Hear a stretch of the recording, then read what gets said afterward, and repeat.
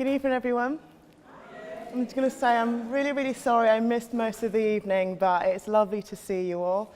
Thank you for that introduction. It's funny because I know when people are wetting themselves when they meet me, and it's actually quite funny to watch because I'm like, what's your problem? It's not that big a deal, do you know what I mean? Chill. But I'm going to be really honest here, and I'm going to say that the thought of being a keynote speaker, I'll be very, very honest, it's almost tortured me for the last 2 weeks.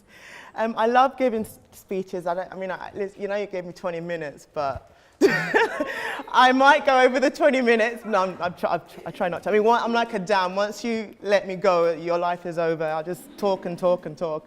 So I'll try and stick to the plan. But yeah, because the reason I had problems, or I would say problems, I struggled a little bit trying to put something together because I was thinking, well, what can I say to, high achieving women who are focused already, achieving in life? What can I say that can resonate with them? Usually when I talk to kids, I just say work harder. Just stay at home, don't go out, just work. But obviously you guys are not kids, so that's gonna work because you've already achieved. But be proud to know that I actually have done some work. So I'm not just going to stand here and tell you all that you look gorgeous and beautiful. I'm actually going to say something that hopefully you'll be able to take in. Usually when I give talks, I'm told to talk a bit about my life and background and growing up. And I actually find it really boring to talk about that kind of stuff. It just seems pretty, I know you're going to disagree with me on this, but it just seems pretty standard fare. I don't think I have an exciting life, as people kind of think I have. I just train and go home. That's pretty much it. But anyway, I'll give you a little bit about my life anyway, just a little bit, and then we'll move on to something a bit more interesting. I was talking to Bridget earlier, and she said, just out of interest, I just asked her what she thought I was going to talk about, and she thought, like, what did you say? I was bad at school, and I turned it around. You know what? My life is nothing like that. I'm a pretty standard fare, as I said. I don't have a rags to riches kind of upbringing. Everything was pretty much middle of the road, nothing too interesting or too untoward. I was born in 1984 to parents who are Nigerian immigrants. I'm the second of 8 kids. Got 6 brothers and 1 sister. Growing up, my dad was very, very insistent that we read our books. He had this thing where we weren't allowed to have too many friends. I think 3 was a maximum. I don't know why, honestly, to this day, I don't know why. We've all been told we should only have 3 friends. We were told to keep our rooms properly. We were told never to say we wasn't. That's one of his pet peeves. Never say we wasn't. If we did, we got an eye. We couldn't miss out the T's. We had to speak properly. We had to, everything was with the right hand. So you eat with your right hand, you take with your right hand, everything. I'm sure kids of Nigerian parents understand. It's the standard drill. So everything was pretty normal growing up. Formal sport was never really factored into my life at an early age. I was active as kids are. I mean, I have an older brother, and for us, it was fun, running around, playing knockdown ginger. I shouldn't really admit that, but playing knockdown ginger, curbs is in the road. You know what curbs is? When you kick the ball onto the curb and try and avoid cars. That's what we did. But that's, in my mind, what kids were supposed to do. That's what we grew up doing. I mean, kids were supposed to be active. I didn't really see it as sport or exercise, like kids now are told exercise. And we just did it because that's what we thought kids did. I mean, it is what kids are supposed to do. You're supposed to run around in a playground and enjoy yourself and have fun. But it was in school that I learned about netball. I'm sure you've all heard about netball, the sport netball. And from the time I started playing, I was hooked on it. And what many people don't actually realize was that I was actually a netball player first. Did anybody know that? See, no one did know. I was right. Yeah, many people don't know I was actually a netball player first. Netball was like my first love and only love growing up. I played netball from the age of 11 until 19, and I actually represented England under 17 and England under 19. Netball was my life kind of growing up into my teens, my late teens. And then it was only when I was 20 that I changed to formally do athletics. And I became a full-time professional athlete when I graduated in 2006, when I was 22. Well, I'm sure you're wondering, especially the Nigerians among us all, where my parents were in all of this. You know, well, how did I have such a free rein to carry on in a manner that I was displaying towards sport? How did I not get banished from my home because I wanted to do sport? Because that's typically parents, you know, Nigerian parents don't like sport. Well, maybe they do now. Hopefully I've helped change their minds. But yeah, and I've often, you know, because people always ask me, parents ask me, kids ask me. They always say, what happened? Where were your parents when you were playing netball and running and doing all these great sporty things? What were they doing? Did they support you? And, you know, why weren't you not reading your books as we're all told to do? And I've actually wondered, I've not thought about it too much, and I haven't actually asked my parents, but I can kind of see why they would let me just do what I'm doing. And I think because growing up, I'm the second out of 8 kids, so I was a big sister. I don't know if you know the first daughters usually have a lot of responsibility. And I think growing up, I was able to take care of those responsibilities. And I think that, you know, even though I was doing sport, I was doing everything else as well. So I was doing my homework, I was coming back on time, I was taking care of my duties at home. So I didn't really draw too much attention to myself. So I think that they thought, okay, the sport isn't impeding on anything she's doing, so we can, you know, let her be.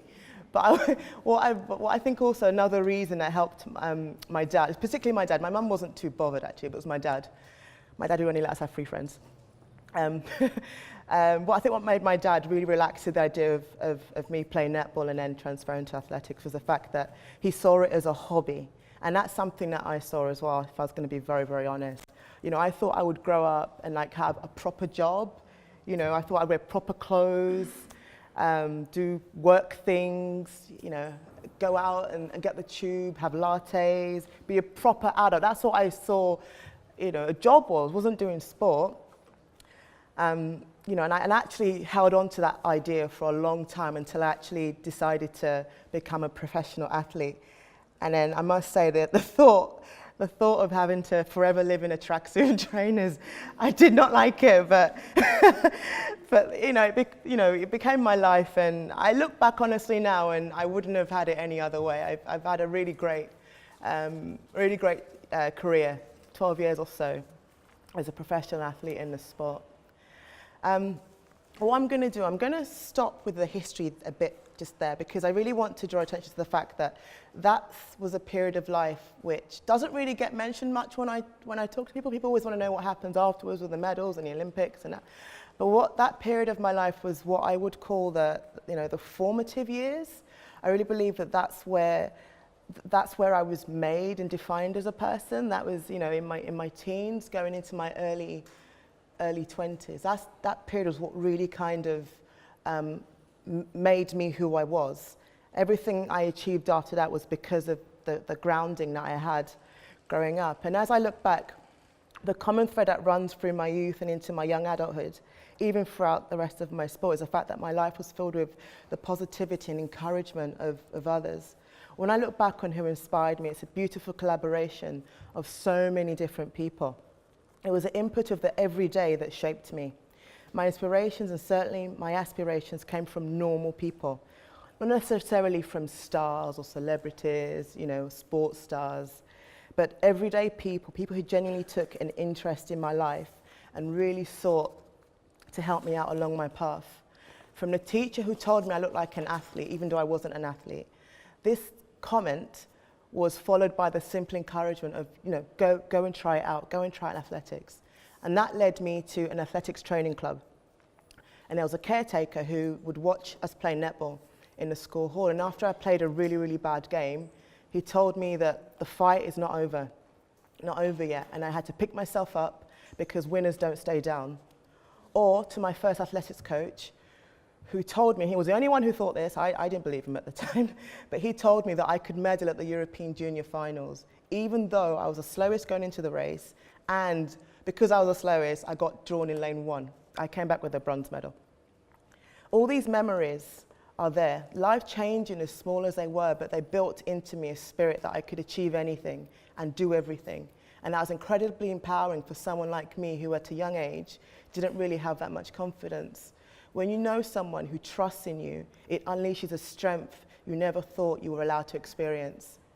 All right, it's not to say that people in the public eye shouldn't serve any purpose. I mean, I need a job, I'm retiring soon. But I'm trying to say that we mustn't lose sight of the fact that, everyday things make a difference. Everyday people make a difference. We all have the capacity to make a difference, whatever our role is, big or small, out in the open or hidden and behind the scenes. There's room for everyone because everyone is needed. Right, this is probably when it's going to get a bit contentious, but I don't know about you, but for me, role models, when we talk about role models, role models, the idea of having role models, for me, it kind of like pictures someone who's like out there, almost untouchable, there to be followed, emulated. Do you guys agree with that? Just say yes, because this needs to work. So yeah, we agree. Okay, good. But I'm sure we could think about role models that we had probably growing up. And those are people that had, the best marks at school, best this, best that, best jobs, blah, blah, blah, blah. We all know those people. I'm not hating, I'm just saying. But, obviously I say that in jest because it is good to be a role model. But what I'm really, trying to say is that I think that we can all aim, rather than look at role models, we can kind of have the concept of being real models. I like the idea of real models because I think it's real women in real time with real lives and real stories. The good, the bad, the ugly, where celebrations and commiserations go hand in hand, where misdeed or misjudgment, as well as the recovery from such negative aspects, can serve as powerful lessons to others. Everyday occurrences, even the mundane frustrations, have the power to influence, no matter how small that influence is. By shaping your life, you indirectly help shape the lives of others through what we say, what we do, how we conduct ourselves, the decisions that we make. And oftentimes it isn't when we're put on the spot or open to an audience, it's actually when what we do person to person on a really intimate level. We have the capacity to build or to tear down, to encourage or discourage, do something, do nothing. As a black woman, we crave the presence of black women as role models. I suppose it's to show girls that there's more to life than, just being a hip-hop wannabe girl. I'm sorry if anyone's that. I'm not trying to judge. I'm just saying that, there's more to life than just kind of a shallow, vacuous existence. I'm sorry if I've offended anyone. I didn't mean to. But we want black models, role models, to show our young girls and to show the world that we can achieve, we can be educated, we can be in politics, we can be technology, we can be in sport, and that we can be in science and music and entertainment and pretty much everything else going. We can do it all, and we can do it just as well, if not better, than the credit that we're given for. But just a small thought, those women who came to achieve the dizzying heights of their successes, they had to start from somewhere. And they may not have been successful black women on the TV, or in the public eye, or on posters or billboards. They did not have those women there to inspire them. And it might have taken women much closer to home.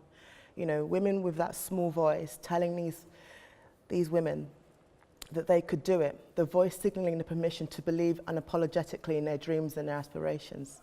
So here's my radical idea. I want every black girl to grow up saying that it was their mothers, their sisters, their aunties, friends, people they know from their communities that influenced them and directed them towards achieving their goals. Strong black women influencing the next generation is a position reserved for all of us.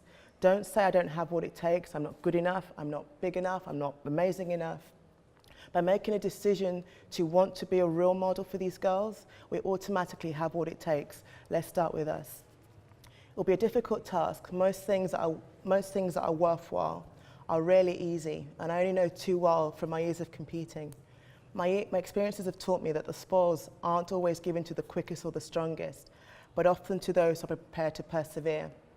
I would like to note that going into major finals where I medalled, which were the Commonwealths in 2006, World Champs, actually I have to read this because I don't remember, the World Champs in 2007, and 2013, and then the Olympics in 2008, 2012, I was never the strongest going in, never. I was never the quickest on paper, but I never let that shake me from my goal of success at these major championships. Results go to those who are willing to push themselves to the edge and then some. So believe my tried and tested methods. You don't even have to run, just trust me on this, that perseverance is the key. So let's persevere in our commitment to see better communities for now and for the next generation. It will be hard, but by making a conscious decision to do so, we have taken a subconscious step of looking for opportunity to spread positivity, support and encouragement. There's a saying that a coach only told me a couple of days ago, actually, and I'm surprised at. I mean, this man talks a lot, but he said something which stuck with me, and I thought I'll just share that. Maybe you've heard it before, but he said to me that it's your daily habits should mirror your life's purpose. As an athlete, what I did every day contributed to my result. Preparation would begin in October, the year before the championship, and I prepared daily for weeks and months for a goal that was so far away, it seemed unattainable from where I stood. But that didn't deter me. All I had to do was focus on making myself good every day.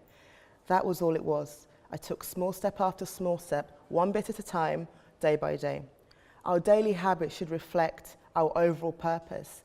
And I'm asking you all that we seek to make the desire to shape our communities for the good of all a lifetime purpose, because we can truly make a difference and we should continually strive to make a difference. So why is this important? Why is it necessary for us to strive to be better examples, to persevere, to seek those opportunities to better our communities? Because in doing so, we continue to change the narrative for Black women. We will, by doing our bit individually, but collectively change that narrative. We all know, I'm sure we all know, of the very negative and oftentimes destructive narratives that follow us around. I'm sure many of you have had experiences of yourselves, or you've heard about them, seen them, and some of them are frankly really rude and awful. I've not actually, to be very honest, I haven't really experienced anything as disgusting as I'm sure anything that you guys have heard in sport. But when I was entering the sport, what often struck me was the fact that journalists were always in awe by the fact that I had a degree. I was often met with mild surprise when I revealed to them that I was a student of UCL with a degree in linguistics. Now, I don't know where the surprise came from. It could have been because I was an athlete doing sport and had a degree, which athletes typically don't have, or it could have been because I was a Black athlete with a degree, which Black athletes typically don't have, generally.